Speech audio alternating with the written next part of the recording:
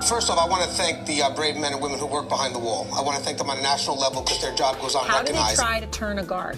Well, correctional officer. Sorry, I apologize. But correctional officer. How you guys doing today? It's Anthony Gangi, your host of Tier Talk. I'm going to quickly tell you a story that relates to a bit of a topic I covered in yesterday's episode, in which we talked about Bill Cosby going into prison, and we talked about how the media can affect what we do. Now, we've already discussed how media affects public perspective, correct? You know, the word of guard, minimizing inmate responsibility towards their actions. We've discussed that, but one of the things that people don't realize is also when the media releases out information and that information is made public, well, then it can give us a hard time to protect the inmates in which that information pertains to. So again, we discussed inmates' crimes. Sometimes inmates don't tell everybody specific details about what they've done. And when the media gets a hold of it, they release it. Now other inmates start to see this inmate a little bit differently, and now we may have to be put in a situation where we have to protect that inmate. Or we even talked about specifics of a case where an inmate may have decided to speak, and in prison world maybe snitch, and now that gets released to the public, and here we are scrambling, trying to protect the inmate. So I'm going to give you a little story, and that's why I kind of titled this Correctional Story. Non-specific, but it kind of made me look into this a little bit more because it happened to me. So again, I speak from experience, and I'm always calculating, always thinking, like, why did this happen and could it have been prevented? So I remember working in one of the units, and there was a female inmate that came in, who just came in from the county jail, who was now getting ready to do prison time. And she was obviously upset. She was crying, whatnot. So of course my job at this point is to make sure she's okay, mentally right, you know, because this is going to be a big adjustment for her, because now she was sentenced, we got her, and it's prison now. It's the real deal. So I remember walking up to her, I remember asking her, hey, are you good, are you all right? And she's flustered. And I told her, listen, there's no place for this in this prison right now. You're going to have to quickly accept what's going on right now. Because if I remember, her max out was like 2,073. And I remember saying that the grandfather of the parole officer that would be the one hearing her case has not even been born yet. The grandfather of her parole officer.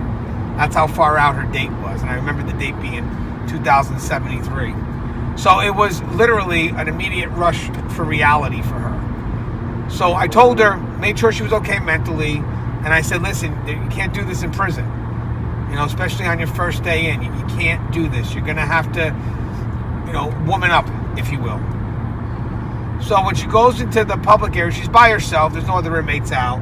She's trying to compose herself. And again, she said that she wasn't going to hurt herself or nothing. I always cross my T's, dot my I's. She went through this, you know, she was sentenced. This is her first time just stepping into the prison.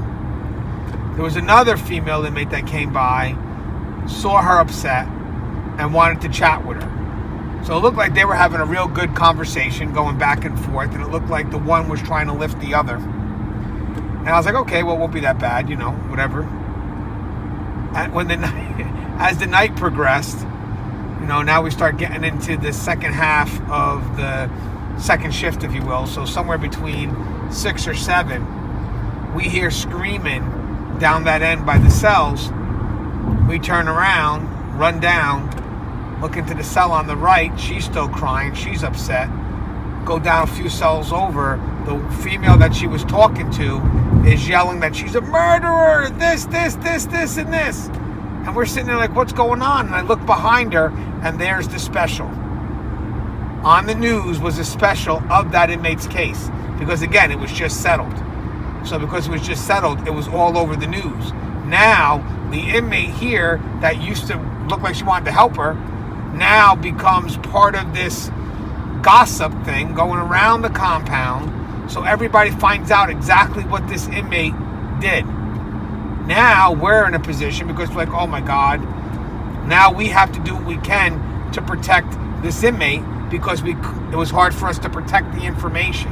So again, that happens with news shows, that can happen with newspapers. And I thought it was a worthy topic because I said we have to be careful of what's being released on the news at that time. I go home, I watch the news.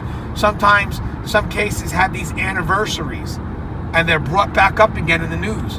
And you may forget, but here it is. A year ago from this date, this thing happened. Or 5 years ago from this date, this thing happened. You know, you're going as far as 10 or 20 years. It doesn't matter. But we have to be aware of all those things because that can easily affect the running of our facility and how we're able to maintain safety and security for that individual. So just thought I'd share that story. I thought it deserved a video of its own. I kind of put it in with the Bill Cosby thing, but I think this is just another perspective. A lot of people look at it from, well, the media affects how we're viewed by the public, and I agree. But this is another way the media could affect the running of a safe and secure facility. As always, guys, the show is Tear Talk. Love you guys. Stay safe.